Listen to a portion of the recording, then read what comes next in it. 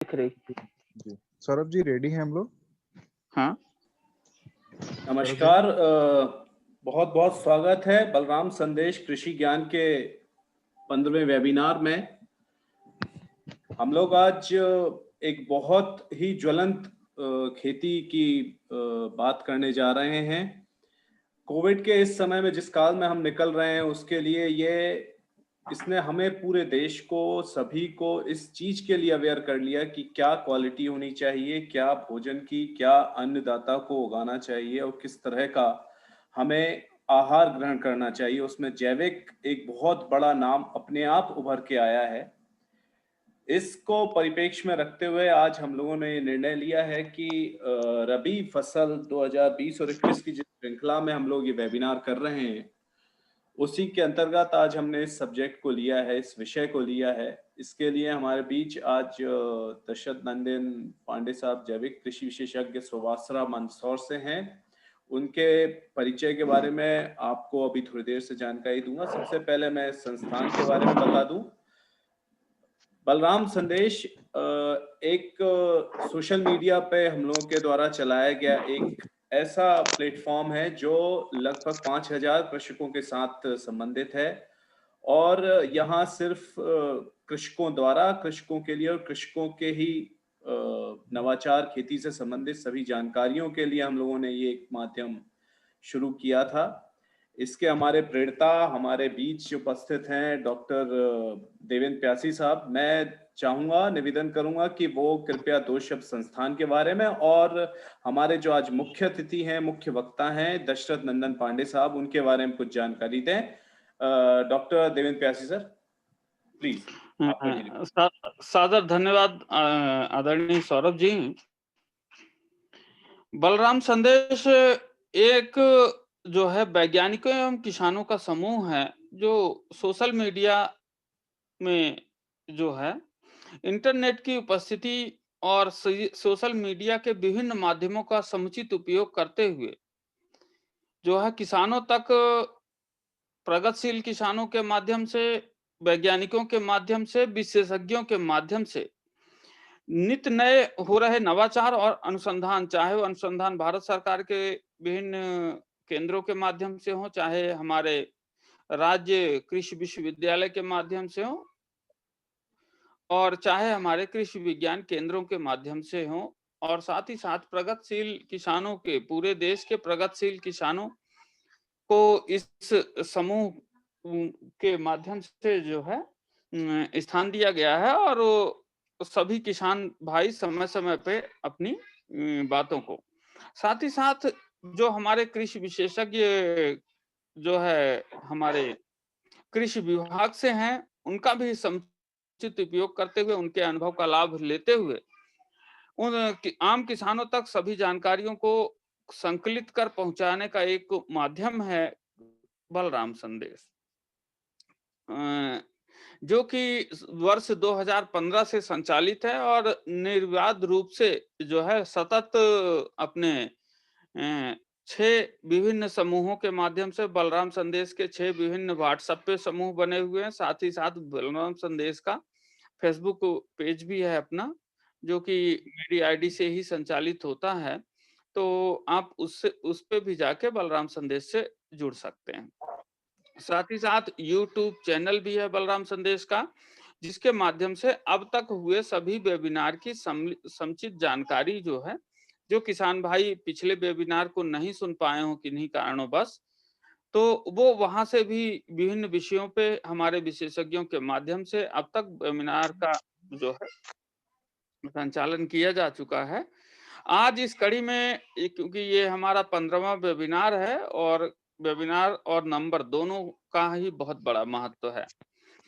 Corona काल में आवश्यकता पड़ी कि हमारी इम्यूनिटी, हमारी प्रतिरोधक क्षमता का विकास कैसे किया जाए, इसके लिए हमारा खान पान सबसे ज्यादा जिम्मेदार है और खेती की जो विधा है उसमें परिवर्तन समय की मांग है, समय की आवश्यकता है। इस दिशा में समुचित प्रयास मध्य प्रदेश शासन स्तर पे हमारे जागरूक किसानों के द्वारा बेहतर तरीके से किया जा रहा है, लेकिन इसको बढ़ाने की आवश्यकता है। जहाँ तक मेरा मानना है व्यक्तिगत रूप से, यदि हमारे पास 10 एकड़ की ज़मीन है, तो निश्चित रूप से 1/10वें हिस्से, कम से कम 1 एकड़ में हमारी ऐसी फसलों का चुनाव होना चाहिए, ऐसी जैविक खेती की विधा का चुनाव होना चाहिए, जिससे हम अपने आने वाली पीढ़ी को भी मजबूती प्रदान कर सकें। हमारी जैविक विधा से खेती किए जाने हेतु हमारे घरेलू उपयोग में लगने वाले जो आदान हैं, उनकी पूर्ति हो सकती है, सब्जियों की पूर्ति हो सकती है, दालों की पूर्ति हो सकती है, तिलहनी फसलों से तेलों की पूर्ति हो सकती है।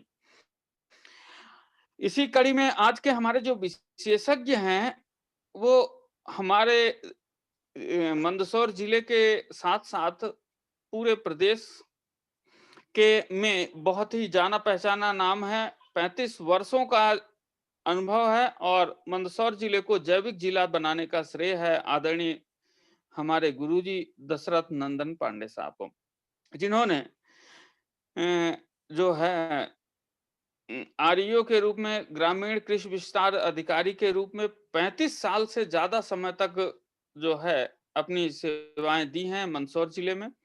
साथ ही साथ आप बीएससी कृषि हैं और विगत जो है 35 सालों से जो है जैविक खेती को आम किसानों तक सहज एवं सरल रूप से पहुंचाने के लिए प्रयासरत रहे हैं। विगत सालों में अभी जो है अपना रिटायरमेंट, अपना वीआरएस वॉलंटरी रिटायरमेंट, स्वैच्छिक सेवानिवृत्ति लेके फिर जो है अपने सामाजिक सारोकार के कार्यों में जैविक खेती सहित अपने अन्य सामाजिक सारोकार के कार्यों में सतत हम सब लोगों के को मार्गदर्शन दे रहे हैं। साथ ही साथ जिले में और इस विधा को कैसे बढ़ाया जाए और कैसे नए-नए जो है युवा किसानों को इस प्रेरित किया जाए कि वो जैविक खेती के प्रति जागरूक हों, सजग हों और अपनी खेती को बेहतर बनाने के प्रति साथ ही साथ ज्यादा से ज्यादा आय प्राप्त करने हेतु क्या प्रयास किए जा सकते हैं। इन सभी चीजों पे जो है नए जो किसान हैं, जो हमारे युवा किसान हैं, उनको लिए प्रेरणा स्रोत हैं। मैं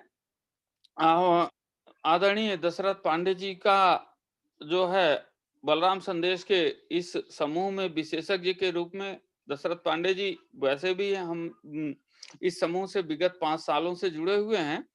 आज विशेषज्ञ के रूप में आदरणीय दशरथ पांडे जी का जो है वेबिनार की श्रृंखला में प्रेजेंटेशन है और इनसे बेहतर विशेषज्ञ हमारे पास जैविक खेती का है नहीं। तो मैं आदरणीय दशरथ नंदन पांडे जी का समूह में के इस 15वें वेबिनार में हार्दिक अभिनंदन करता हूं, हार्दिक स्वागत करता हूं और उम्मीद करता हूं कि सहज एवं सरल तरीके से आम किसानों को जैविक खेती के विषय में समझाएं, जिससे हमारे युवा किसान, हमारे परंपरागत किसान और हमारे प्रगतिशील किसान सभी लोग मिलकर इस विधा को अपनाकर अपनी खेती को जो है जहरीले रसायनों से दूर करते हुए जो है ऐसी अपने लिए अन्न पोषण तैयार करें, जिससे हमारे जो है मानव स्वास्थ्य का कल्याण हो, हमारे पशुओं का कल्याण हो, हमारी जो सोच है उस पे बदलाव हो। मैं स्वागत करता हूं आदरणीय दशरथ नंदन पांडे जी का। आपका स्वागत है। धन्यवाद डॉक्टर साहब, डॉक्टर पयासी जी। बलराम संदेश के साथ जुड़े सभी किसानों का मैं स्वागत करता हूं। हमारे बीच में हमारे गुरु जैविक खेती के प्रणेता डॉक्टर ओम शर्मा सर भी हैं और सभी किसान भाई जो जैविक खेती से जुड़े हैं या जैविक खेती करना चाहते हैं, उनके लिए मुख्य रूप से जानना जरूरी कि अवधारणा क्या है जैविक खेती की। दरअसल हम क्या ऑर्गेनिक फार्मिंग पे सब लोग काम कर रहे हैं, तो जो मेन कॉन्सेप्ट है उस कॉन्सेप्ट पे ध्यान दिया जाना बहुत ज्यादा जरूरी है। जैविक खेती जैसा कि नाम से ही विदित है, जीवों के द्वारा जीवों के लिए। ऑर्गेनिक शब्द जो है हमारा, ये ऑर्गेनिज्म से संबंधित है। इसमें जो आदान है हमारे कृषि आदान, जैविक खेती के आदान, वो केवल सजीवों के द्वारा या जो कभी भी सजीव रहे हैं उनके द्वारा प्राप्त होता है, वही हमारी जैविक खेती है। दरअसल जैविक खेती हम एक नए रूप में आज देख रहे हैं, पर ये हमारी प्राचीन और पुरातन खेती है। हम लगभग 5000 सालों से खेती कर रहे हैं ज्ञात। तब भी हमें जहर का ज्ञान था और हमने जहर का खेतों में उपयोग नहीं किया। कृषि और पशुपालन दोनों एक दूसरे के पूरक हैं। पशुओं से प्राप्त बाय प्रोडक्ट सह उत्पाद जो है हम कृषि में काम में लेते थे, तो कृषि से जो बाय प्रोडक्ट निकलता था अनाज दाना फल फूल के बाद, वो हम पशुओं को उपयोग के लिए छोड़ देते थे। इस प्रकार से हमारी पशु और कृषि दोनों का साथ संबंध था, जिसे हम जैविक खेती के रूप में या हमारी पुरातन प्राचीन कृषि के संबंध के साथ जोड़ते हैं। अब हम बात करें कि जैविक खेती की आवश्यकता क्यों पड़ी? हम जैविक करते थे तो रासायनिक पे क्यों आए? इस पे चर्चा करना बहुत ज्यादा जरूरी है। जब जैविक पूर्ण रूप से सही थी, तो अचानक रासायनिक की ओर हम क्यों आकर्षित हुए? या आज हमको वापस जैविक खेती की याद क्यों आ रही है? हमें वर्तमान कृषि पद्धति के माध्यम से पता चला कि हमारी खेती है, हमारी खेती को पोषण जो हम जैविक तरीके से देते हैं, उससे फसलों को पोषण कम मिल पाता है और उसकी आवश्यकता की पूर्ति नहीं हो पाती है। हम अगर पूरा पोषण उन्हें रासायनिक उर्वरकों के माध्यम से दें, तो पूरा पोषण प्राप्त होकर के फसलें अपना भरपूर उत्पादन देगी। इसी कॉन्सेप्ट पे काम किया गया और हमने फसल पोषण रासायनिक तरीके से देना शुरू किया। जब रासायनिक तरीके से फसल को पोषण मिला, मिनरल्स मिले, तो हमें अप्रत्याशित रूप से उत्पादन बढ़ा। हमें लगा ये उत्पादन जो है केवल और केवल रासायनिक उर्वरकों के माध्यम से मिल रहा है, जबकि तत्समय हमारे जो खेत थे वो जीवांश से लबरेज थे। परंपरागत कृषि पद्धति हो रही थी, खेतों में पर्याप्त जीवाणु उपलब्ध थे और रसायन का साथ मिला, तो दोनों ने मिलकर के भरपूर उत्पादन दिया। हमने धीरे धीरे कार्बनिक खादों को छोड़ दिया और केवल रासायनिक उर्वरक पर निर्भर हो गए। केवल रासायनिक उर्वरक उपयोग करने से फसलों में कीट व्याधियों का प्रकोप बढ़ा। उनका नियंत्रण करने के लिए हमको रासायनिक कीटनाशकों का, फफूंदनाशकों का प्रयोग करना पड़ा। उनके प्रयोग से जो आज आप अभी जो स्लाइड में देख रहे हैं, आधुनिक खेती चिरस्थायी क्यों नहीं? हमें बहुत जल्दी ही इसके दुष्परिणाम दिखाई देने लग गए, लगभग 50 वर्ष में ही। तो जो हमें दिखाई दिए, एक तो मिट्टी की उर्वरता का नाश हुआ, फर्टिलिटी जो है अपनी सॉइल की कम हुई। जैसा कि हम जानते हैं, हमने रासायनिक उर्वरक के माध्यम से पूर्ति करने की कोशिश की, उर्वरक की मात्रा बढ़ाते गए। फिर 1 एकड़ में 5 किलो यूरिया से शुरू किया हमने, 5 किलो, 10 किलो, 50 किलो, आज हम 1-1 क्विंटल तक डाल रहे हैं। उसके बाद भी उर्वरता कम होती जा रही है और हम उसको बढ़ाते जा रहे हैं। इसके साथ जिन फसलों का हमने चयन किया, वो फसलें अधिक उत्पादन देने वाली थी, उनकी उर्वरकता मांग ज्यादा थी, तो खेतों में उर्वरता का नाश हुआ, जल का अंधाधुंध दोहन हुआ, सभी की जल मांग भी ज्यादा थी। विद्युत पंप के माध्यम से, नहरों के माध्यम से अंधाधुंध हमने पानी का उपयोग किया, तो जल स्तर में कमी हुई। खेतों से खनिज का जल के साथ बहाव हो गया, जल के साथ मिनरल्स जो थे बह करके चले गए। जुताई, क्योंकि जो कृषि पद्धति हम अपना रहे हैं, इसमें हमें गहरी जुताई करना पड़ी। हम बैलों से जुताई करते थे, 15-20 वर्षों में 25 हॉर्स पावर से 50 हॉर्स पावर के ट्रैक्टर पर आ गए हैं। जमीन अपनी कठोर होती जा रही है। कृषि कार्यों के लिए ईंधन की अत्यधिक आवश्यकता महसूस हुई। पहले जो हमारे पास ईंधन था परंपरागत कृषि में, वो बैल के माध्यम से ऊर्जा की हमारी पूर्ति हो जाती थी, तो हम डीजल, पेट्रोल, विद्युत आदि पर निर्भर हो गए। कीटों और खरपतवार की रोकथाम के लिए जहरीले रसायनों का प्रयोग किया। एकल फसल से जैव विविधता को नुकसान हुआ। हमारी वर्तमान कृषि पद्धति में सबसे बड़ी चीज जो दिखाई दी वो है सिंगल क्रॉपिंग। फसल विविधता का बहुत ज्यादा नुकसान हुआ और एक ही फसल होने से एक तो बाजार भाव गिर गए। जो फसल उत्पादन हमें आसान लगा, गेहूं सोयाबीन जैसी फसलें, उनका ज्यादा उत्पादन हुआ तो किसान को घाटे का सौदा करना पड़ा।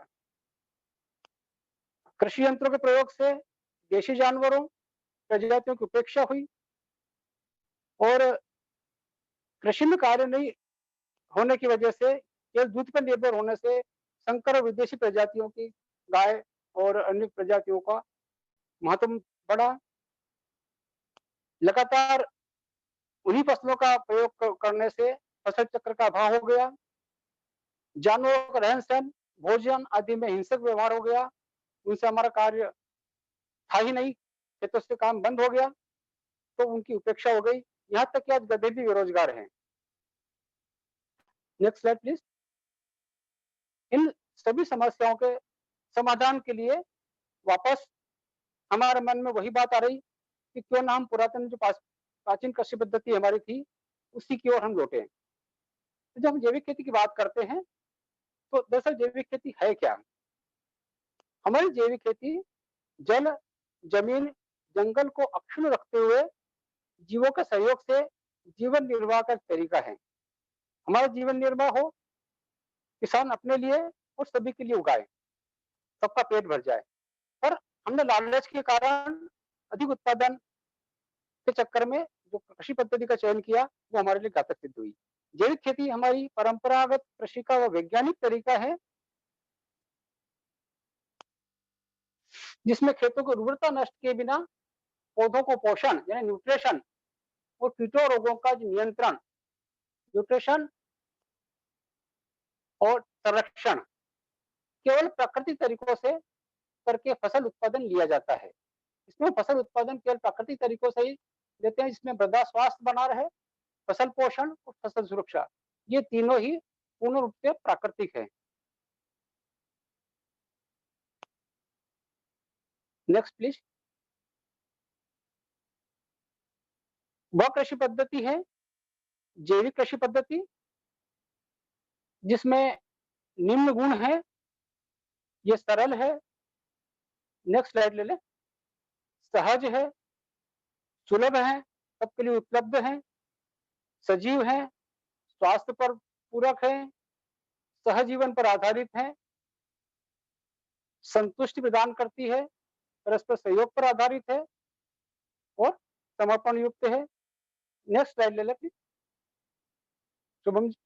हाँ, इसमें जितने भी सकारात्मक शब्दों का प्रयोग करें हम, वो सारे शब्द जो है जैविक खेती के लिए लागू होते हैं।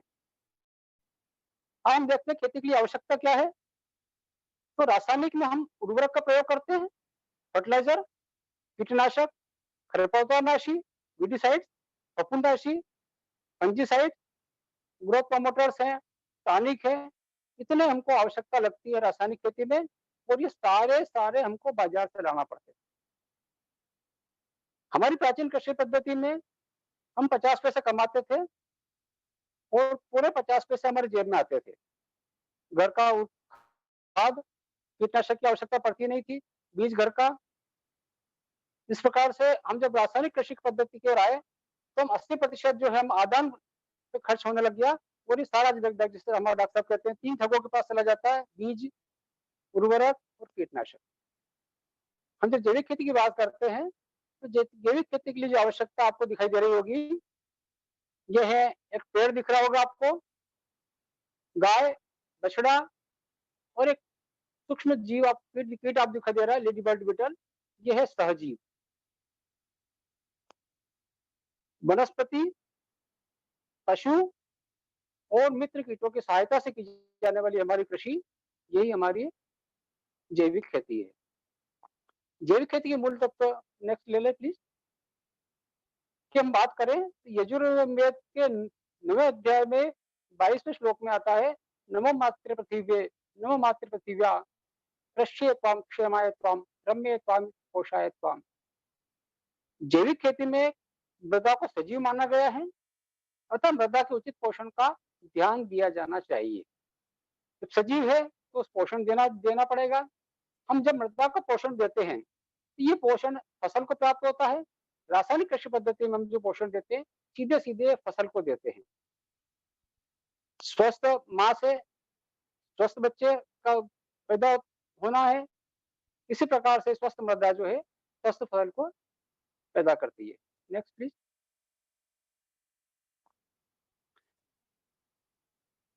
कृषि में हमारी मूल आवश्यकता होती है ऊर्जा की। ऊर्जा का जो मूल स्रोत है पंच तत्वों में, जिसे हम भगवान कहते हैं, भूमि, गगन, वायु, अग्नि और नीर। सूर्य ऊर्जा का मूल स्रोत है, अतः सूरज की धूप को व्यर्थ नहीं जाने देना चाहिए। अधिक से अधिक सूरज की रोशनी को समेटने के लिए अलग अलग ऊंचाई और सूर्य ऊर्जा की जरूरत वाली सही फसलों का के मिश्रण का चुनाव करना चाहिए। जैविक कृषि पद्धति में हम सूर्य की पूरा ऊर्जा का उपयोग करने के लिए मिश्रित फसलों का चयन करते हैं, अलग अलग स्तर पर होने वाली फसल का चयन करते हैं। इसको मल्टीलेयर फार्मिंग कह सकते हैं। जैविक खेती के मूल तत्वों में हम आगे बात करें तो पशुधन और अन्य सूक्ष्म जीवों के साथ सहजीवन का भाव होना चाहिए। ये मूल कृषि आदान है जो हमें प्रकृति से प्राप्त होते हैं। मृदा के जीवन और उपजाऊ होने में सूक्ष्म जीवों का महत्वपूर्ण योगदान है, अतः सूक्ष्म जीवों का संरक्षण करना चाहिए। हमें ऐसा वातावरण बनाना होगा खेत पर कि वहां हमारे मित्र जीव, सूक्ष्म जीव, इनका संरक्षण हो, ये हमारा सहयोग करें और परस्पर सहयोग के आधार पर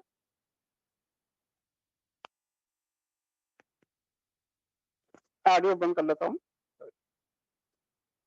आप कंटिन्यू रखें सर, आवाज जी, क्लियर है। मृदा के जीवन तो उपजाऊ होने में सूक्ष्म जीवों का अत्यंत महत्वपूर्ण योगदान है, अतः सूक्ष्म जीवों के संरक्षण के लिए हमें इस प्रकार की कृषि करना चाहिए, इस प्रकार का वातावरण उपलब्ध करवाना चाहिए जिससे उनकी संख्या बढ़े। इनकी संख्या में वृद्धि के बिना दीर्घकालिक यानी सस्टेनेबल और लाभप्रद जो है लाभदायक खेती नहीं हो सकती। खेती की मूल भावना ये है जैविक खेती की, कोई भी जीव हमारा दुश्मन नहीं है, अतः किसी भी कीट को मारने के लिए जहर का छिड़काव फसल में नहीं किया जाना चाहिए। हम जिस प्रकार से जहर का प्रयोग खेतों में कर रहे हैं, जमीन, पानी, हवा, आकाश, पाताल, भूमि, जमीन, पूरा पर्यावरण जो है हमने प्रदूषित कर दिया है। हवा में जहर है, पानी में जहर है, मिट्टी में जहर है, हम जो खा रहे हैं अनाज उसमें भी जहर आ रहा है। अगर आवश्यकता हो तो प्राकृतिक रूप से तैयार कीट निवारकों का उपयोग हम कर सकते हैं, रिपेलेंट का प्रयोग हम कर सकते हैं। इस प्रकार की विधियां विकसित की गई है अनुभवों के द्वारा, जिनका हम प्रयोग किया जाना चाहिए जिससे कीट जो है नियंत्रित हो, आर्थिक क्षति स्तर से कीटों की संख्या ज्यादा न बढ़े। Next please. जैविक खेती के मूल तत्व में एक और चीज आती है, वो है एकल कृषि पद्धति। जैविक खेती की आत्मा के बिल्कुल विरुद्ध है। एक ही फसल एक बार खेत में और एक ही फसल प्रकार की फसल बार बार, यानी हम मिश्रित फसल, फसल चक्र, अंतर्वर्ती फसल इनको लगभग भूल चुके हैं। इसे आप चित्र में देख रहे हैं, कई प्रकार की फसलें एक ही खेत में अलग अलग लाइनों में लगी हुई है। इस प्रकार से भूमि का पूरा पोषण का उपयोग होता है, कीट व्याधियों का नियंत्रण होता है। एकल फसल की बजाय एक दूसरे की पूरक मिश्रित फसलों को बोना चाहिए ताकि सभी फसलें एक दूसरे के साथ सहजीवन रखते हुए आपस में पोषण की पूर्ति कर सके। Next please.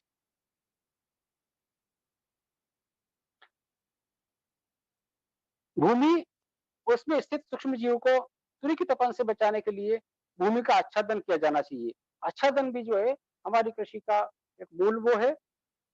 प्रकृति रूप से हम प्रकृति का आच्छादन उपलब्ध है, पेड़ों के पत्तों, फसल अवशेष का आच्छादन कर दें। संरक्षित खेती में हम प्लास्टिक मल्च का प्रयोग करते हैं। आच्छादन भूमि को तपन से तो बचाता ही है, साथ ही सूक्ष्म जीवों के लिए अनुकूल वातावरण भी उपलब्ध करता है, मृदा में नमी को बनाए रखता है। इस प्रकार जो सूक्ष्म जीव हमारे जो मित्र हैं, जो कई प्रकार के कीट व्याधियों को नियंत्रित करते हैं, पौधों को पोषण करवाते हैं। जिस प्रकार जैव विविधता पृथ्वी के ऊपर हम देख रहे हैं, उसी प्रकार की जैव विविधता भूमि के अंदर भी होती है, जिसे बचाया जाना बहुत ज्यादा जरूरी है। Next please.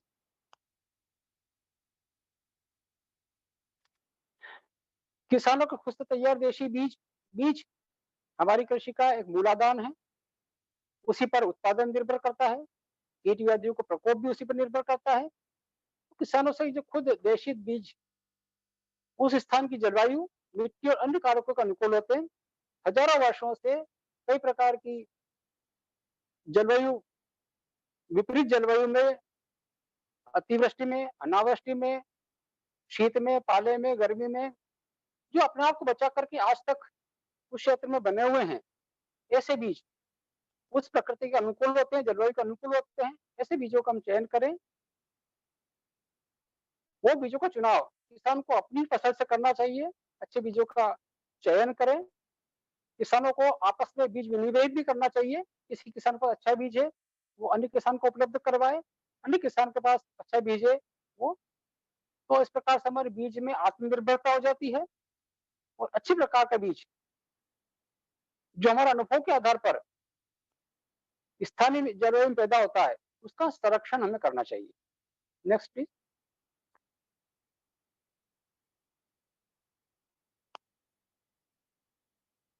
Next slide. भूमि में बीज बोने से पहले भूमि का संस्कार करना चाहिए। हम यहाँ बीज उपचार की बात नहीं करते, भूमि उपचार की बात नहीं करते। हम संस्कारित जैविक खेती में संस्कारित फसल की बात करते हैं, संस्कारित भूमि की बात करते हैं, संस्कारित बीज की बात करते हैं। अच्छे संस्कार वाले आपको दूर से ही दिखाई देते हैं। बीजों को बोने के पहले उचित तरीके से बीजोपचार या बीज संस्कार के बोना चाहिए। इसमें हम बीजामृत का उपयोग कर सकते हैं, सूक्ष्म जीवों का प्रयोग जैसे ट्राइकोडर्मा जैसा प्रयोग कर सकते हैं। इन पर चर्चा हम अब जब भी हमें समय मिलेगा अगली बार इन पर चर्चा करेंगे विस्तृत रूप से। बीज संस्कारित करने से बीजों का अंकुरण बढ़ जाता है, बीज जनित और मृदा जनित रोगों का नियंत्रण होता है। वर्तमान कृषि पद्धति, रासायनिक कृषि पद्धति में सर्वाधिक सिंचाई का उपयोग रहा हुआ है, जिससे उत्पादन हमें बढ़ा है। फसलों को अनावश्यक और अत्यधिक सिंचाई से बचाना चाहिए। ज्यादा सिंचाई, ज्यादा पानी जो है फसल को रोग पैदा करते हैं, जमीन की अंदर की भूमि की वायु रोधक क्षमता को कम करते हैं, जमीन को कंप्रेस करते हैं।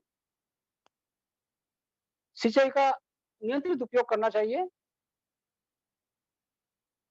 जब जैविक खेती की बात करते हैं, नेक्स्ट प्लीज, तो इसमें नेक्स्ट कई प्रकार की कृषि पद्धतियां हैं, जिसे रासायनिक रसायन मुक्त खेती कहें, शून्य बजट खेती कहें, जिनके प्रणेता डॉक्टर पालेकर जी हैं, सुभाष जी पालेकर, पद्मश्री। बिना जुताई की खेती, जीरो टिलेज, कोकोआ की कृषि पद्धति, मेक्सिको है कृषि पद्धति, सचदेव साहब की वैकल्पिक खेती, बायोडायनामिक खेती, क्षेत्रीय या स्वदेशी खेती कर सकते हैं, चिरस्थायी खेती कर सकते हैं, सस्टेनेबल फार्मिंग, मिक्स फार्मिंग कर सकते हैं। कई प्रकार की कृषि पद्धतियां हैं। हम जिस कृषि पद्धति की बात करते हैं, उस कृषि पद्धति, वह मूल कृषि पद्धति है जैविक कृषि पद्धति। इनमें कई प्रकार के सिद्धांत आए, उन्होंने उस कृषि पद्धति को उत्तम बताया। हमने इन सब पद्धति को ये अच्छे को लेकर के, अच्छाई को लेकर के एक जो कृषि पद्धति है, उसको हमने बनाया है समेकित कृषि पद्धति, इंटीग्रेटेड ऑर्गेनिक फार्मिंग, जो कि पूर्ण वैज्ञानिक है, विज्ञान पर आधारित है, अनुभव और ज्ञान पर आधारित है। Next please. जब जैविक खेती के मूल सिद्धांत की बात करते हैं, तो 4 इसके मूल सिद्धांत हैं। प्रिंसिपल ऑफ हेल्थ, जैसा कि सभी जानते हैं, पहला सुख निरोगी काया। जैविक कृषि से प्राप्त उत्पाद पूर्ण रूप से स्वास्थ्यप्रद होते हैं, हमें स्वास्थ्य प्रदान करते हैं। दूसरा है प्रिंसिपल ऑफ इकोलॉजिकल बैलेंस, परिस्थिति का संतुलन का सिद्धांत। इसमें हम हमारी जो इकोलॉजी है, परिस्थिति की तंत्र है, उसका पूरा ध्यान रखते हैं। पेड़ पौधे, पशु पक्षी, हमारा स्वयं का ध्यान रखते हुए जो कृषि पद्धति हम अपनाते हैं वो हमारी जैविक कृषि पद्धति है। प्रिंसिपल ऑफ फेयरनेस, निष्पक्षता का सिद्धांत। आप देख रहे होंगे 3 पत्थर छोटे एक साइड में है और एक बड़ा पत्थर इस साइड में है, ये निष्पक्ष है। देखभाल का सिद्धांत, प्रिंसिपल ऑफ केयर, इसमें हम पौधों का पूर्ण रूप से देखभाल करते हैं। हमारी कृषि पद्धति में इन चारों का प्रयोग करते हुए जो हम कृषि पद्धति अपना रहे हैं वो हमारी जैविक कृषि पद्धति है। जैविक कृषि की कार्य पद्धति में कुछ सिद्धांत हैं। पहला इसमें बात करें, कार्बनिक पदार्थ, जीवांश, जो हमारी भूमि मृदा में सजीवता पैदा करता है और मित्र जीवों के संरक्षण के लिए खेत में आग न लगाएं। कभी भी खेत में आग न लगाएं, फसल अवशेष न जलाएं। फसल अवशेष बायोडिग्रेडेबल है, अपघटित होता है, अपघटित होकर के कार्बनिक खाद का काम करता है। खेत में रहेगा तो भी खाद बनाएगा, जमीन को भुरभुरा बनाएगा, जमीन में सजीवों की मात्रा बढ़ाएगा और हम उनका खाद तैयार करते हैं। खाद तैयार करके खेत में डालेंगे तो भी हमारे पोषण की पूर्ति करता है।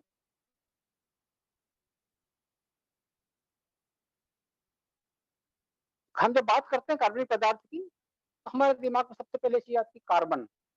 कार्बनिक पदार्थ कार्बन से बनता है। कार्बन को हम स्मार्ट कार्बन एलिमेंट कहते हैं। इसकी 4 संयोजकता है। जिस प्रकार से 4 हाथ वाला काम करता है, इसी प्रकार से चारों हाथों से काम करके कई अनेक पदार्थ बनाता है, कंपाउंड बनाता है, पौधों को उपलब्ध करवाता है। तो ये जो हमारा 4 भुजा है, ये हमारे खेतों में होना चाहिए। पर्याप्त मात्रा में कार्बनिक पदार्थ खेतों में होना चाहिए। ये इतना स्मार्ट है कार्बन कि कोयले से लेकर के हीरा तक बनाता है। विश्व में सबसे ज्यादा कंपाउंड जो है पदार्थ कार्बन के द्वारा ही बनते हैं। तो खेतों में कभी भी आग न लगाएं। अनाज, फल फूल, सब्जी, दाने ईश्वर ने खाने के लिए हमें दिए हैं। बाकी पशुओं को खिलाने के बाद जो बचे उसे वापस डिकम्पोज करके मिट्टी में मिलाना या खेतों में मिलाना चाहिए। दूसरा सबसे बड़ा जो सिद्धांत है इसका, मेड़ पर पेड़। मेड़ पर पेड़ क्या काम करता है? हमें पेड़ के बहुत सारे गुण पता है, लकड़ी मिलती है, फल मिलता है, हवा मिलती है, ऑक्सीजन मिलती है, पर जो मूल चीजें हैं वो है 2। एक तो ये वातानुकूलन का काम करता है, एयर कंडीशनर। मेड़ पर पेड़ उस खेत के सूक्ष्म जलवायु तंत्र का एयर कंडीशनर है। गर्मी में तापमान को नियंत्रित करता है, कम करता है। ठंड में तापमान को बढ़ा करके फसल को ठंड से बचाता है। मित्र जीवों के संरक्षण, जो संरक्षक का काम करता है। मेड़ पर पेड़ एक खाद की फैक्ट्री है। जितना जमीन के अंदर हम जाते हैं, अंदर नीचे, उतने खनिज पदार्थ की मात्रा बढ़ती है। वो खनिज पदार्थ पेड़ अपनी जड़ों के द्वारा पत्तियों में, फल फूल में लाता है। फल फूल अनाज हम काम में रहते हैं खाने के लिए। जो पत्तियां जमीन पर गिरती है वो गिरकर कार्बनिक खाद बनाती है, मृदा जीवों को संरक्षित करती है। इस प्रकार पेड़ जो है हमारे पेड़ मेड़ पर होना चाहिए। एक भ्रांति है कि पेड़ की छाया में उत्पादन कम मिलता है, वो भ्रांति भी दूर करें। पेड़ की छाया ज्यादा से ज्यादा कितनी दूर जा सकती है? 15-20 फीट। वहां पर उत्पादन कम भी होता है तब भी पूरे खेत का उत्पादन बढ़ता है। विंड ब्रेक के रूप में हम उपयोग करते हैं तो पाले से फसल बचती है। खेत के पश्चिम और उत्तर दिशा में बड़े पेड़ लगाए जाना चाहिए। पूर्व दक्षिण दिशा में सूर्य का प्रकाश के आने के लिए छोटे और फलदार पेड़ लगाए जाना चाहिए। इस प्रकार से खेत के चारों ओर पेड़ होंगे तो आपको उत्पादन बढ़ेगा। चिड़िया और अन्य सूक्ष्म जीव वहां आएंगे जो आपके फसल संरक्षण का काम भी करते हैं। स्वस्थ मृदा, फसल पोषण के लिए कार्बनिक खादों का ही प्रयोग करना चाहिए। कभी भी रासायनिक उर्वरक प्रयोग हम खेतों में नहीं करते हैं। भूमि हमारी सक्षम है सभी फसलों को पोषण देने के लिए। जो खनिज पदार्थ मृदा के अंदर है वो टूटते रहते हैं और पौधों को पोषण देते रहते हैं। नीचे से पोषण मिलता रहता है, ऊपर की जो मृदा है हमारी वो उपजाऊ होती जाती है। कृषि के साथ गौ, पशुपालन और सहायक उद्यम का विकास करना चाहिए। जैविक खेती में ये बहुत जरूरी है, पशुपालन आधारित खेती हो और साथ में सहायक उद्यम जैसे दुग्ध उत्पादन, रेशम उत्पादन, शहद उत्पादन, मछली पालन, मुर्गी पालन, ऐसे सहायक उद्यम का भी हमें विकास करना चाहिए। जैविक कृषि पद्धति में फसल विविधता, निश्चित और अंतर्वर्षीय फसलें इसके मूल में है। इनका निश्चित रूप से हमें खेतों में प्रयोग करना चाहिए। खेतों में न्यूनतम जुताई करना चाहिए, जुताई कम से कम हो। हल्के कृषि यंत्रों का प्रयोग हो, जैसे ट्रैक्टर, जिसे पालेकर जी भस्मासुर बोलते हैं, उसका कम से कम प्रयोग हो। हल्के कृषि यंत्रों से मृदा का गठन और संरचना में सुधार होता है, टेक्सचर स्ट्रक्चर दोनों सुधरती है। बड़े कृषि यंत्रों से दबाव होने की वजह से कॉम्पैक्ट हो जाती है मृदा, इनका प्रयोग न करें। हम अपने खेतों में सूक्ष्म जलवायु तंत्र का भी निर्माण कर सकते हैं। इसके लिए जल का समुचित इस्तेमाल करें। सूक्ष्म सिंचाई पद्धति, इसमें ड्रिप, स्प्रिंकलर्स, रेनगन आदि का प्रयोग कर सकते हैं। निश्चित रूप से तरीकों का प्रयोग जो है उपजाऊपन बढ़ाएगा और जलवायु परिवर्तन की स्थिति में भी काफी सहयोगी होंगे। खरपतवार, जिसे हम एक मूल समस्या मानते हैं, उसका उचित प्रबंधन होना चाहिए। दरअसल खरपतवार के साथ हम लगभग 5000 सालों से खेती कर रहे हैं, आज तक समस्या नहीं थे। खरपतवार उगते थे, हम नियंत्रित करते थे, खेतों में डाल देते थे, वापस खाद बना करके खेतों में आ जाता था। जब से हमने खरपतवार नियंत्रणों का प्रयोग किया शुरू किया है, तब से समस्या बढ़ी है। खरपतवार नाशक भी समस्या है। खरपतवार से खरपतवार नाशक, वो कीटों से कीटनाशक बड़ी समस्या है। इनका उचित प्रबंधन के द्वारा हम अच्छी प्रकार से खेती कर सकते हैं। जैविक संरक्षण का उपयोग करें, जिसमें गौमूत्र, गोबर और वनस्पति से प्राप्त पदार्थ का उपयोग हम करते हैं और समयानुसार उचित प्रक्षेत्र प्रबंधन के द्वारा हम जो प्रति कृषि करते हैं, वही हमारी जैविक कृषि पद्धति है। दो समस्या, नेक्स्ट ले लेती, नेक्स्ट। जैविक खेती में फसल पोषण और फसल सुरक्षा दो ही समस्या आती है। हम मृदा पर पोषण जो है वो गोबर, गौमूत्र, वर्मी कंपोस्ट, नाडेप, कंपोस्ट खाद, इंडोर विधि, कई प्रकार की विधियां कंपोस्ट बनाने की है। हरी खाद, जैव उर्वरक जिन्हें बायो फर्टिलाइजर्स कहते हैं, उनका प्रयोग करते हैं। हड्डी चूरा, राख और खनिज अयस्क, उनके प्रयोग के द्वारा जो खेती करते हैं, मृदा पोषण में इनका प्रयोग किया जाता है। इनके प्रयोग पर जो विस्तृत चर्चा हम जब जैविक खेती की बात करेंगे तब करेंगे।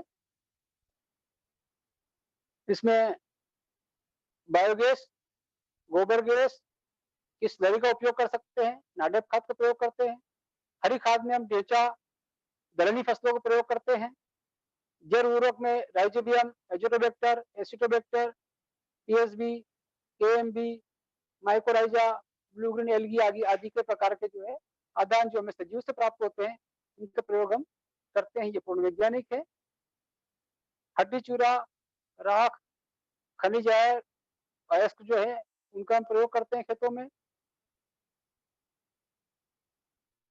अन्य उपयोगी कुछ विधियां जैसे जीवामृत, घन जीवामृत,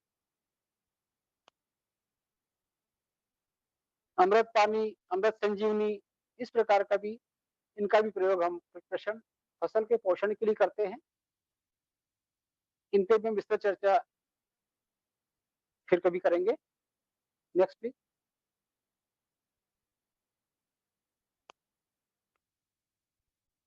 फसल सुरक्षा। फसल सुरक्षा में हम सबसे ज्यादा ध्यान देते हैं रोग प्रतिरोधी देशी प्रजाति के बीजों का चयन करने में। ऐसे बीजों का चयन करें जिसमें रोगों का प्रकोप कम हो, जो प्रतिरोधी क्षमता रखते हो। इनमें वर्तमान विकसित बीजों का प्रयोग भी हम कर सकते हैं, उन्नत बीजों का प्रयोग कर सकते हैं। कुछ विल्ड रेजिस्टेंट वैरायटी आती है, कुछ कीट रोधी वो आती है, फफूंद रोधी किस्में हैं, उनका प्रयोग हम कर सकते हैं। फसल चक्र, मिश्रित फसल एक अच्छा विषय है, इस पर भी हम चर्चा करेंगे। फसल चक्र का प्रयोग दलहनी के बाद तिलहनी अनाज वाली फसल, अनाज वाली के बाद दलहन तिलहनी फसल, सब्जी फसलें, इस प्रकार की फसलों का हम फसल चक्र में प्रयोग करें। मिश्रित फसल बोएं, अंतर्वर्ती फसल बोएं। फसल सुरक्षा के लिए वनस्पति गौमूत्र आधारित कीट नियंत्रण का प्रयोग कर सकते हैं। इसमें नीम है, 5 पत्ती, 10 पत्ती, 15 पत्ती, कई प्रकार की पत्तियों का काढ़ा, मिर्च, लहसुन आदि का घोल या काढ़ा बनाकर प्रयोग कर सकते हैं। बोडो मिश्रण सबसे पुराना फफूंदनाशक है। ताम्रयुक्त छाछ, राख, मिट्टी, दूध, हल्दी ऐसे प्राप्त जीवों से प्राप्त पदार्थों का हम प्रयोग करते हैं। जैव प्रबंधन में Trichoderma, Beauveria bassiana, Verticillium lecanii, Metarhizium, BT Bacillus thuringiensis, NPV, nucleo polyhedrosis virus आदि का प्रयोग हम करते हैं। ये कीटों के द्वारा या फफूंद के द्वारा या जीवाणु के द्वारा अन्य प्रकार की बीमारियों का कीटों का रोकथाम होता है। इसके साथ में हम यांत्रिक विधियों का प्रयोग भी करते हैं, जिसमें प्रकाश प्रपंच लाइट ट्रैप लगाते हैं। शाम को 2-3 घंटे लाइट जलाते हैं, बल्ब के नीचे कोई भी एक पात्र रखें जिसमें पानी डाल दें, थोड़ा केरोसिन या सर्फ घोल कर रख दें। प्रकाश की तरफ जो कीट आकर्षित होते हैं, मौस वगैरह, वो आएंगे बल्ब से टकरा करके उसमें गिरेंगे और वहीं मर जाएंगे। इस प्रकार का नियंत्रण होता है इनका। स्वयं निर्मित प्रकाश प्रपंच भी हम प्रयोग कर सकते हैं। स्टिकी ट्रैप, नीले, पीले, काले, सफेद स्टिकी ट्रैपों का जो है प्रपंच का प्रयोग हम खेतों में कर सकते हैं। उड़ने वाले सूक्ष्म जीव, व्हाइट फ्लाई, एफिड, जेसीड वगैरह आते हैं, इनके टकराते हैं और वहीं चिपक जाते हैं। इस प्रकार का कंट्रोल होता है। फेरोमोन ट्रैप हम प्रयोग कर सकते हैं। चना की इल्ली, कपास की इल्ली, इस प्रकार कई प्रकार की इल्ली, स्पोडोपेरा है और आज आर्मीजिरा का है। इनके ट्रैप्स उपलब्ध हैं, इन ट्रैप का प्रयोग हम कर सकते हैं।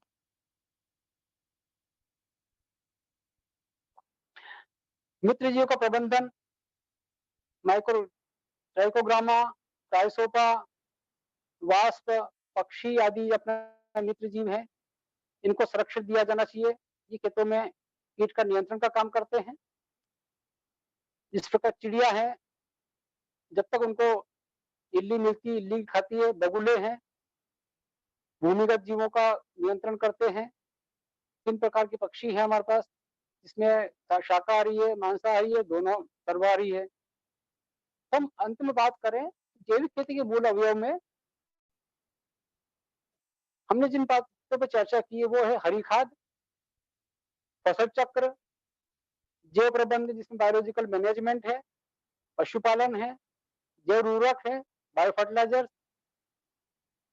खाद एवं उर्वरक है, मैन्यूअर्स जो है जो हम स्वयं तैयार करते हैं,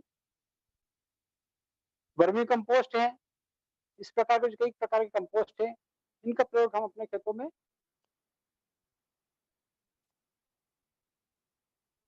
करके और हमारी जो कृषि पद्धति, जैविक कृषि पद्धति है, उसे हम सफल बनाते हैं। नेक्स्ट,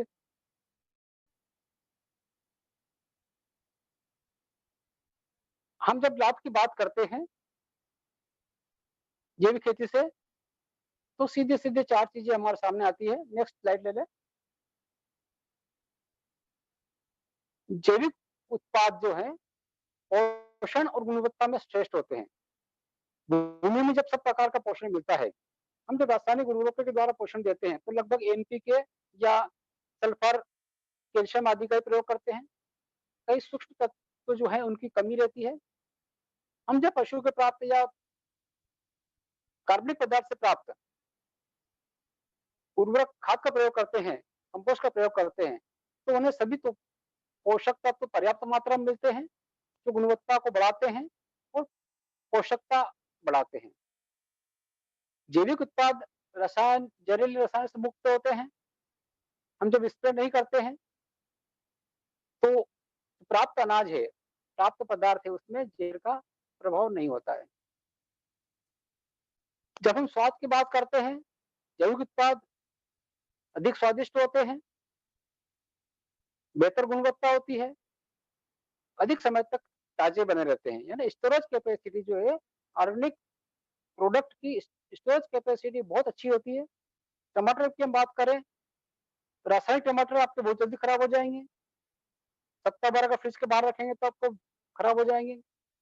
जैविक टमाटर आपको 1 माह तक की स्टोरेज क्षमता रखते हैं। अमरूद की स्टोरेज क्षमता बहुत अच्छी हो जाती है। पपीता की स्टोरेज क्षमता बहुत अच्छी होती है जैविक की।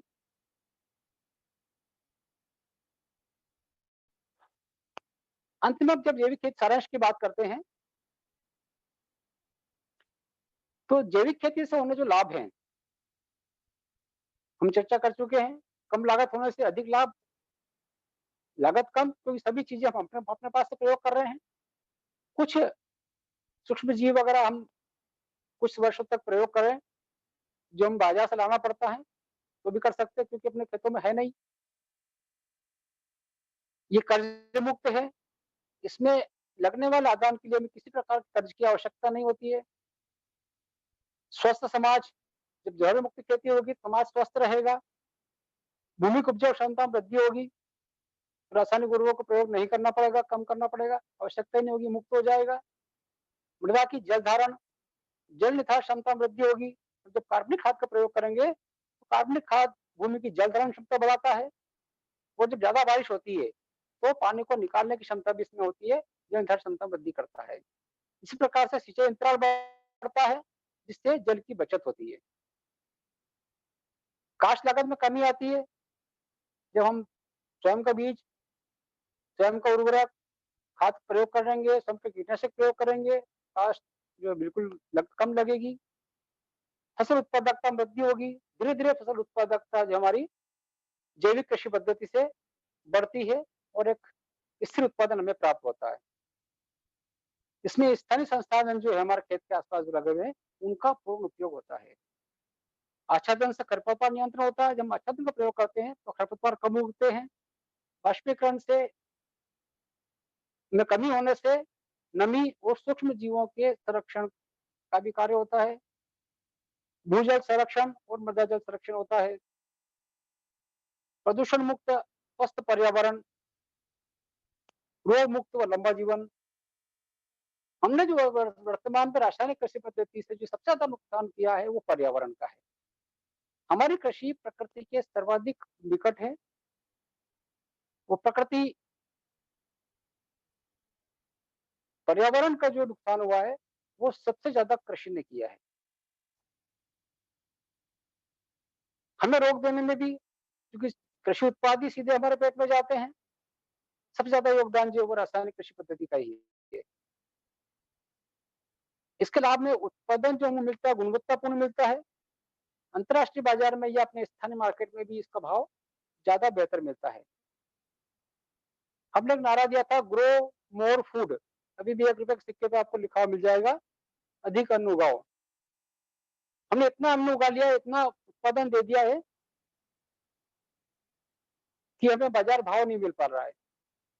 अब हमें आवश्यकता है ग्रो गुड फूड की, अच्छा अन्न उगाएं। Next please.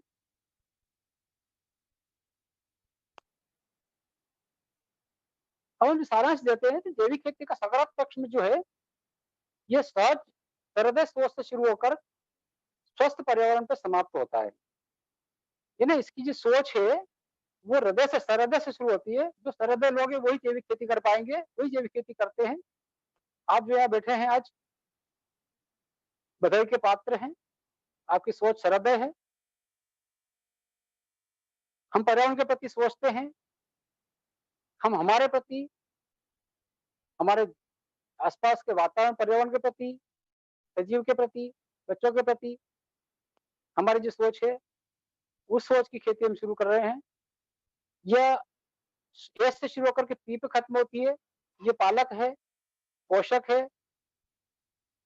पारमार्थिक है, प्रकृति प्रेम परोपकार के लिए है, प्रामाणिक है, पारदर्शी है, प्रासंगिक है, परंपरागत है, पवित्र है, पशु पक्षी प्राणी हितैषी, प्रदूषण रहित, वो पर्यावरण की संरक्षण है, संरक्षक है। ये हमारी जैविक खेती है। यही इस जैविक खेती का सकारात्मक पक्ष है। नेक्स्ट।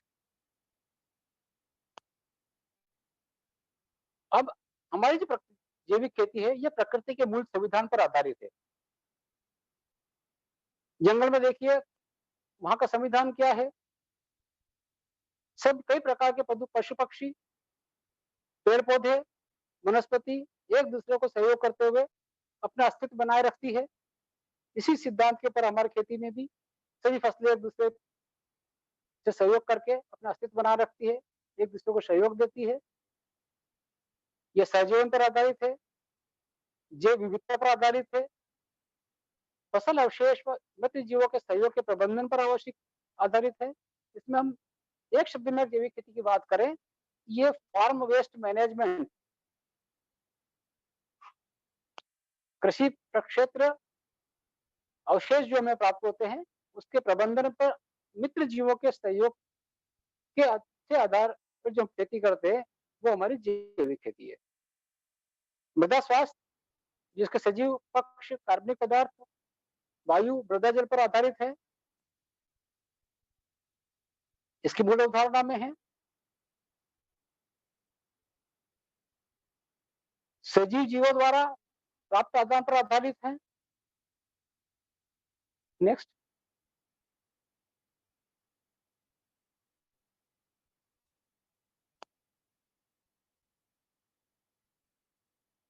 अब देखिए किस प्रकार से जैविक खेती में सहजीवन का आनंद मिलता है। जब खेत पे जाते हैं तो पशु पक्षी से मोर के अंडे दिखाई दे रहे हैं आपको, मन में प्रफुल्लित होता है। सब प्रकार के जीवों की आवाज सुनते हैं, पशु पक्षियों की, उनको देखते हैं, एक सहजीवन का आनंद होता है। नेक्स्ट, अंतिम स्लाइड है अपनी। नेक्स्ट।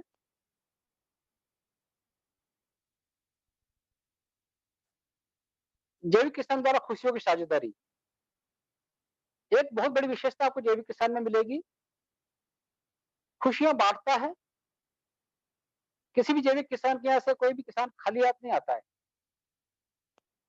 हमारे साथ बंशीलाल जी परमार हैं, एक डाइट में डॉक्टर पंजाबी सर हैं, अर्जुन पाटीदार जी खेत पे गए, वहां से उनको भेंट प्राप्त हो रही है। अब रासायनिक किसान के खेत पे जाएंगे, उसे समय नहीं है आपके साथ बात करने का, खेत दिखाने का, घुमाने का। अब जो रासायनिक छोड़कर जैविक किसान वहां जाते हैं, अपना अमूल्य समय आपको देता है, घुमाता है, फिराता है, चर्चा करता है, कुछ आपको देता है, कुछ आपसे प्राप्त करता है। ये जॉय ऑफ गिविंग है। जैविक खेती प्रकृति का उपहार है, प्रकृति का प्यार है, काइंड ऑफ नेचर है। देखिए संतरा का पेड़ किस प्रकार से फल रहा है, ये जैविक खेती का चमत्कार है। आज हमने जो जैविक खेती की मूल भावना है, अवधारणा है, उस पर चर्चा की हमने। इसमें हमने आदान पे चर्चा विशेष नहीं की। यहाँ तक पहुंचने के लिए, सुनने के लिए धन्यवाद। बहुत बहुत धन्यवाद दशरथ सर, बहुत बहुत धन्यवाद दशरथ सर। आपने सच कहा कि इस समय grow good food, quality food एक बहुत बड़ा मायने रखता है, बहुत बड़ा शब्द है। आपने बहुत सी, क्योंकि जैविक एक छोटा शब्द नहीं है, इसे एक हम वेबिनार में समाहित नहीं कर सकते। जैविक का एक एक आयाम इतना बड़ा है, इतना खुद इतना विस्तृत है, जिसके लिए शायद हमें 10 वेबिनार भी कम पड़ेंगे। आपने बहुत अच्छे से हम लोगों को ये अवधारणा कवर करी है। ये स्टार्टिंग होती है किसी भी सब्जेक्ट की। हम लोग इसमें और भी नए आयाम जो जैविक से संबंधित हैं, क्योंकि स्टेप बाय स्टेप हम इसको ब्रेकअप करते हुए जाएंगे। तो मेरा बहुत बहुत धन्यवाद आपको, बहुत अच्छा प्रेजेंटेशन रहा। अब मैं सेशन ओपन करता हूं सभी पार्टिसिपेंट्स के लिए, एक एक करके हैंड रेस करते जाएं। मैं अब ओपन कर रहा हूं सभी को, जिससे कि वो प्रश्न पूछ सकें दशरथ पांडे सर से।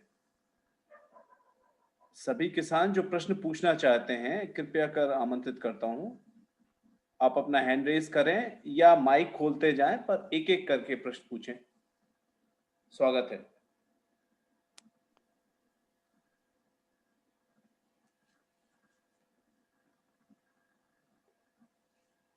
मीनवाइल अगर चैट बॉक्स में भी कुछ प्रश्न आए हो तो लिख सकते हैं। डॉक्टर शुभम जी, आप सुन पा रहे हैं? जी भैया। अगर कुछ चैट बॉक्स में मैं तब तक अपने बीच में अन्य सदस्य हैं, आपका माइक हम वापस सेटिंग में दोबारा ठीक कर रहे हैं, और जो सदस्य हैं वो आप सवाल पूछ सकते हैं। जी बोलिए। इसके साथ में चैट बॉक्स में जो प्रश्न हैं वो हम एक एक करके आपसे विशेषज्ञ हैं आज श्री दशरथ पांडे जी, इनका लेक्चर समाप्त हुआ जैविक खेती पे। तो जैविक खेती से संबंधित जो सवाल है उसे हम आप सर जमीन अभी अभी ली है परिचय देते जाएं, आप थोड़ा सा आप परिचय देते सर जाएं। मेरा नाम सत्यम महाजन, नमस्ते, मैं खरगोन से बोल रहा हूँ। स्वागत है। सर जमीन अभी ली है, उसमें मैं रासायनिक मुक्त जैविक खेती करना चाह रहा हूँ, गाइडेंस देने का कष्ट करें। ये बहुत अच्छा प्रश्न है आपका। अधिकांश प्रश्न ये आता है कि हम रासायनिक खेती कर रहे हैं, आपने फिर जमीन नहीं ली है, हम वापस जैविक कैसे करें? जी ना, तो कुछ लोग इसमें ऐसी बात करते हैं, 1 एकड़ से शुरू कीजिए, है ना। मैं ऐसी बात नहीं करता हूँ, 1 एकड़ पे मैं जोर नहीं देता हूँ। मैं जोर देता हूँ जिस प्रकार से रासायनिक खेती हमने शुरू की है, वैसे जैविक खेती शुरू कर दी जाए, है ना। धीरे धीरे रासायनिक खेती शुरू की हमने, उर्वरकों को प्रयोग किया, फिर कीटनाशकों का प्रयोग किया, है ना। पहले कम उर्वरक डाला, फिर उर्वरक की मात्रा बढ़ाते गए, बढ़ाते आज हम स्थिति पहुंच गए कि उर्वरक और कीटनाशकों का भरपूर प्रयोग कर रहे हैं, अत्यधिक प्रयोग कर रहे हैं। हम जब 4 बार स्प्रे कर रहे हैं तो 2 बार पे आ जाइए। जितना उर्वरक का उपयोग कर रहे हैं उसका 1/3 आधा कर दीजिए, अगले वर्ष में उससे आधा कर दीजिए, और धीरे धीरे इसको छोड़ दीजिए। और जैविक कृषि की जो पद्धति है, जो तरीके हैं, उनको आप अभी रासायनिक खेती के साथ भी शुरू कर दें। जी जैविक आधार, जैसे आप रासायनिक खेती कर रहे हैं तो सूक्ष्म जीवों की कमी है ना, तो आप जीवाणु खाद का प्रयोग करें। जीवाणु उर्वरक जो राइजोबियम है, एजेटोफैक्टर है, कंसोर्टिया वगैरह जो आते हैं, इनका प्रयोग करें ना। माइक्रोराइजा जड़ों का विकास करता है, उनका प्रयोग करें आप। कार्बनिक खाद का प्रयोग करें। जी मेरे पास पशुधन है, गोधन है जी, लेकिन जमीन अभी अभी ली है और वो रासायनिक खेती करते थे, उस पर मैं उस पर जैविक खेती शुरू करना चाह रहा हूँ। जी बिल्कुल, मैं वही बता रहा था आपको। जी सर, है ना। आज जो अगली वेबिनार में हम चर्चा करेंगे इन सभी आदानों पर, है ना। पिछली बार भी फसल पोषण पर चर्चा हुई थी, शायद आप नहीं होंगे उसमें भी, तो हम पोषण पर चर्चा करेंगे। पोषण जो है जैविक कृषि पद्धति से भी देना शुरू करें और रासायनिक से भी शुरू करें। दरअसल क्या है कि हम रासायनिक छोड़ करके अगर पूरी तरह से जैविक पद्धति पे आ जाते प्रथम वर्ष में ही, तो कई प्रकार के रोग कीटों का नियंत्रण हम नहीं कर पाते हैं। फसल को पोषण की कमी होने के कारण उत्पादन हमारा गिरता है। तो 1 या 2 साल में किसान सोचता है कि मैं घाटे की खेती क्यों करूं, और वो रासायनिक कृषि पद्धति की ओर वापस लौट जाता है। तो आवश्यकता अनुरूप आप रासायनिक और मिला जुला इंटीग्रेटेड फार्मिंग शुरू करें, मिला जुला प्रयोग करें, और धीरे धीरे रसायन को कम करते हुए समाप्त कर दें और पूरी तरह से जैविक खेती की तरफ आ जाए। बहुत बहुत धन्यवाद महाजन जी। धन्यवाद सर। महाजन जी जुड़े रहिएगा वेबिनार से, जिस भी माध्यम से आपको पता चला है। हम लोग इस पे कंटिन्यूटी बनाए रखेंगे और भी आयाम लेते जाएंगे। धन्यवाद जुड़ने के लिए। और कोई किसान जो पूछना चाहते हैं? चैट बॉक्स से हिसार हरियाणा से संजय मेहता जी का सवाल है, और ये सवाल है, उनका किन्नों का बगीचा है, तो उस बारे में उनका सवाल है कि बिना कल्टीवेशन के जड़ों का वायु संचार में कोई बाधा तो नहीं रहेगी सर? कल्टीवेशन नहीं करें, वैसे आवश्यकता भी नहीं है। जैसे संतरे वगैरह, किन्नू वगैरह प्रजाति है, सेम प्रजाति है। हमारे इधर संतरा होता है मंदसौर जिले में, है, तो कल्टीवेशन नहीं करे तो भी कोई दिक्कत नहीं है, करना भी नहीं चाहिए। बड़े पेड़ों में अंदर कोई भी बड़े कृषि यंत्र की आप ले जाने की आवश्यकता नहीं है। जी। नसरुल्लागंज सीहोर मध्य प्रदेश से देवेंद्र यादव जी का सवाल है कि 1 एकड़ में भोजन के लिए जैविक गेहूं बोया है और वो जी गेहूं पीले पड़ रहे हैं, जिसमें उन्होंने गौमूत्र का भी छिड़काव किया हुआ था। जी तो जी कोई अन्य उपाय भी उन्हें इस मुक्ति के लिए हाँ, बताएं। निश्चित रूप से जो अनाज वाली फसलें हमारी जैसे गेहूं है, इनकी नाइट्रोजन की आवश्यकता ज्यादा होती है, ठीक है ना। तो आपको नाइट्रोजन की कमी के लक्षण दिखाई दे रहे होंगे, पूरे पौधे आपको कुछ पीलापन दे रहा होगा। बड़ी समस्या नहीं है ये। जब आपने जैविक खेती शुरू की तभी आपने सोच लिया होगा कि मुझे उत्पादन कुछ कम मिल सकता है। आप ये विश्वास बना रखें, उत्पादन मिलेगा आपको। पर विकल्प के तौर पे आप हर बार सिंचाई में जीवामृत का प्रयोग करें। आपने सिंचाई के साथ में कंसोर्टिया या आपने जीवाणु उर्वरक का प्रयोग किया होगा, नहीं किया हो तो आप एजिटाबैक्टर का प्रयोग कर सकते हैं, कंसोर्टिया का प्रयोग कर सकते हैं। और जीवामृत जरूर सिंचाई के साथ डालते हैं आप। वर्मी कंपोस्ट या जो भी जिस प्रकार का भी कंपोस्ट आपको मिला हो उसका प्रयोग करें। वर्मी कंपोस्ट का प्रयोग खड़ी फसल में आप कर सकते हैं। कुछ हद तक आपके नाइट्रोजन की पूर्ति होगी और ज्यादा हरापन नहीं दिखना भी उत्पादन कम देने का लक्षण नहीं है। उत्पादन आपको अच्छा मिलेगा। नवीन पाटीदार जी पूछना चाहते हैं। नवीन पाटीदार जी, अगर आपको आवाज आ रही हो तो अपना माइक अनम्यूट करिए। नवीन पाटीदार जी, हाँ पूछिए पूछिए नवीन जी। मैं ये पूछना चाहता हूँ कि जैव उर्वरक अपन किस किस कंपनी के ले सकते हैं और मल्टीप्लाई कैसे करते हैं उन्हें? जैसे कि आज बाजार में बहुत सारी कंपनियां हैं थोड़ा जो सा जैव अपना उर्वरक परिचय दे के दें, नाम आप पे। कहाँ से हैं नवीन जी? मैं अच्छा मंदसौर अच्छा, जिले से नाव बिल्कुल बिल्कुल, जी जी जी। हाँ जैसे नवीन जी, सर देखिए ऐसा है कि किसी भी कंपनी को अपन ये नाम से नहीं कह सकते कि उसके जैव उर्वरक सबसे अच्छे आते हैं। बेहतर होगा कृषि विज्ञान केंद्र के माध्यम से या आपका इफ्को जो है, इफ्को बाजार मंदसौर में है, उसके माध्यम से आप प्राप्त करें। विश्वविद्यालय जवाहरलाल विश्वविद्यालय के भी आपको कल्चर और सभी प्रकार के जो जैविक आदान है ये आपको मिल सकते हैं। उचित कीमत में मिलेंगे और गुणवत्ता भी इनकी बेहतर होगी। या कोई अच्छी कंपनी आप देख ले, मंदसौर में काफी अच्छी शॉप्स हैं जो जी जैव उर्वरक रखते हैं। सर इन्हें मल्टीप्लाई कैसे करें? हाँ, मल्टीप्लाई जो अधिकांश जैव उर्वरक अपन जो है वर्मी कंपोस्ट के साथ में या आपके जो कार्बनिक खाद है उसके साथ में मल्टीप्लाई कर सकते हैं अपन। उसको मिला करके रखें, नमी बनाए रखें। 2-3 दिन रखने के बाद उसको ब्रॉडकास्ट कर दें सिंचाई के साथ, सिंचाई से पहले। एक हमारे बीच सत्यजीत सिंह ठाकुर जी हैं। इनका सवाल है कि कृषि अवशिष्टों एवं भूसा आदि को जैव उर्वरक में कैसे बनाया जा सकता है? बहुत बढ़िया। जो फसल अवशेष है हमारे, है ना, वो जब डिकम्पोज होंगे तो उर्वरक खाद बनाएंगे, जी है ना। जल गया सो राख, है ना, पक गया वो खाद। हम पकावा बोलते हैं, सड़ा हुआ नहीं बोलते हैं, ठीक है ना। उनको जी डाइजेस्ट करें, है ना, अपघटित होंगे वो तो खाद बनाएंगे। अगर आप खेत में ही डाइजेस्ट करना चाहते हैं तो पूसा अपघटक आता है, कैप्सूल सकते हैं, उसका प्रयोग कर सकते हैं। या जो अपघटक आता है, डिकम्पोजर आता है गाजियाबाद का, उसका प्रयोग भी आप फसल अवशेष पे कर सकते हैं। अगर आपने इकट्ठा किया है उसको तो वहां कर ले। हम जब जैसे अभी गेहूं काटेंगे आप, या आपने धान काटने के बाद जब खेत में नमी बनी रहती है, हम काटते हैं उस समय नमी रहती है, उस समय इस अपघटक का छिड़काव किया जा सकता है। छिड़काव करने के बाद आप कल्टीवेशन करें, रोटावेटर चला दें या जिस प्रकार से कल्टीवेशन करते हैं कर ले, तो वो अपघटन वहीं पे चालू हो जाता है।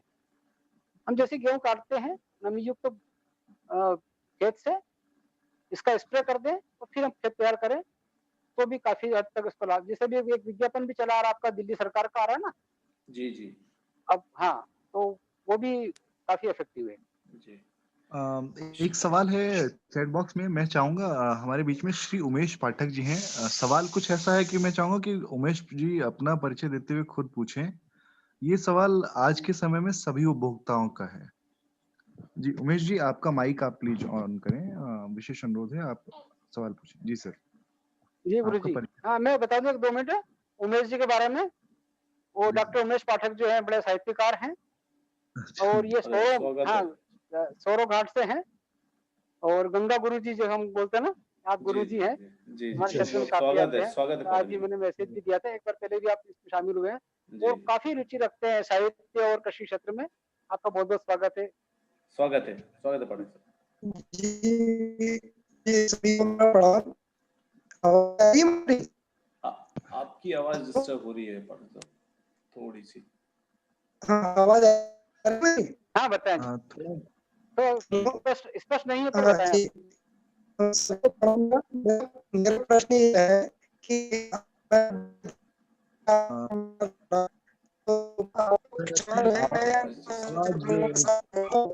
हाँ, आवाज़ स्पष्ट नहीं आ पा रही है। हम चैट बॉक्स में लिखा है क्या आपने?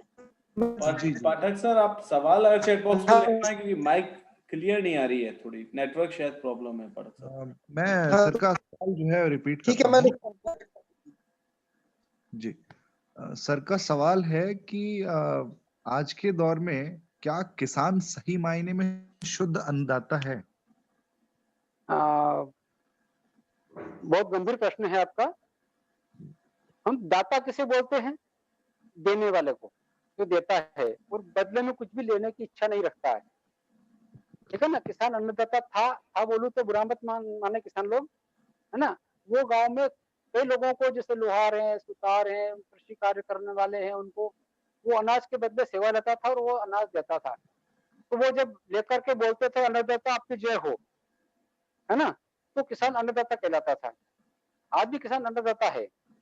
किसान केवल अपने लिए नहीं उगा रहा है पाठक जी, किसान सबके लिए उगा रहा है। किसान ने सबके बच्चों के पेट भरने का ठेका लिया है, सभी के बच्चों का, जो सेना में है, जो सर्विस में है, जो व्यापारी है, उन सभी के। लेकिन उनके बच्चे पालने का ठेका नहीं लिया है। ठीक है ना? उनको हम उत्पाद खिलाने के लिए दे रहे हैं किसान। पर किसानों ने क्या किया कि वो रासायनिक कृषि पद्धति के फेर में पड़ करके खाद वाले को, डीजल वाले को, पेट्रोल वाले को, ट्रैक्टर वाले को, इनको सबके बच्चों को पाल रहा है और इसी लालच में किसान आज जहरदाता बन गया है। हम किसान के वहां से जो चीज लेकर के आ रहे हैं खाने के लिए, एक बड़ा भय पैदा होता है कि हम जो खा रहे हैं वास्तव में क्या वो निरापद है, क्या खाने योग्य है।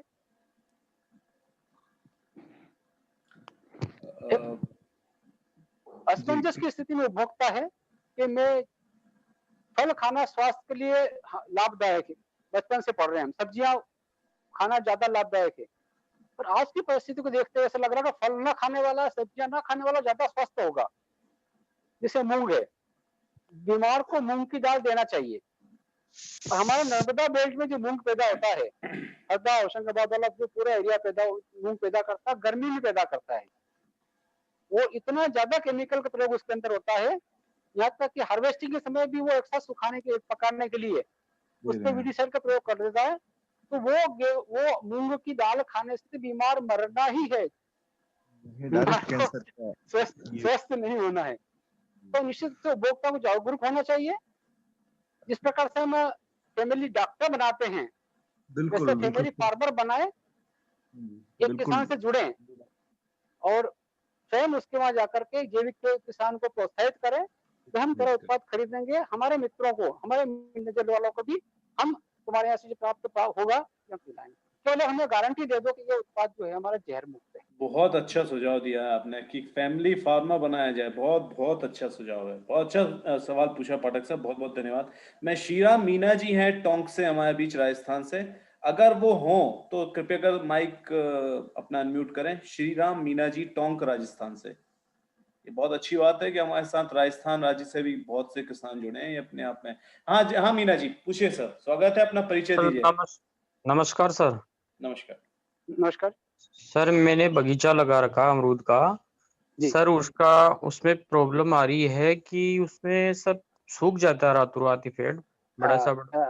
उसमें हमने शुरू में तो रसायन उपचार किया था सर, जिसमें ये कार्बोफ्यूरॉन आता है, इसके अलावा रिजेंट आता है, तो उससे तो सर हर बार डालना पड़ता है। इसमें कोई रासायनिक जैविक में अगर उपचार है तो समस्या का सर बताएं। समाधान, बिल्कुल बात करते हैं हम। रासायनिक में समस्या होती तो आज ये वेबिनार ही नहीं होता। रासायनिक सर- में ये समस्या सर, का समाधान हो जाए तो हम छोड़ तो हैं, हम जैविक को ही अपनाना चाह रहे हैं, बगीचे को जैविक में ही जी डालें, जी किस तरह से जी उसका जी उपचार हो? जी, वही बात कर रहा हूँ मैं। हमारे क्षेत्र में भी काफी अमरूद के बगीचे हैं, वो जी काफी सार्थक परिणाम हमें जैविक के मिले हैं। मंदसौर जी जिले में अधिकांश जो अमरूद के बगीचे हैं वो जैविक हैं, ठीक है ना। दो प्रकार जी से सूखने की समस्या आ रही है, एक तो विल्ट आता है ना, और एक आता है निमेटोड। जी जी तो निमेटोड की स्पष्ट पहचान होगी आपको, उसमें जड़ों में गठाने बन जाती है। क्या देखा आपने जी निकाल करके? जी, गठाने हैं सर, निकाल गठान के है तो देखिए। निमेटोड से। हाँ, तो गिठान है वैरायटी कौन सी है? सर। लखनऊ 49 और हमारे यहाँ लखनऊ लोकल 49।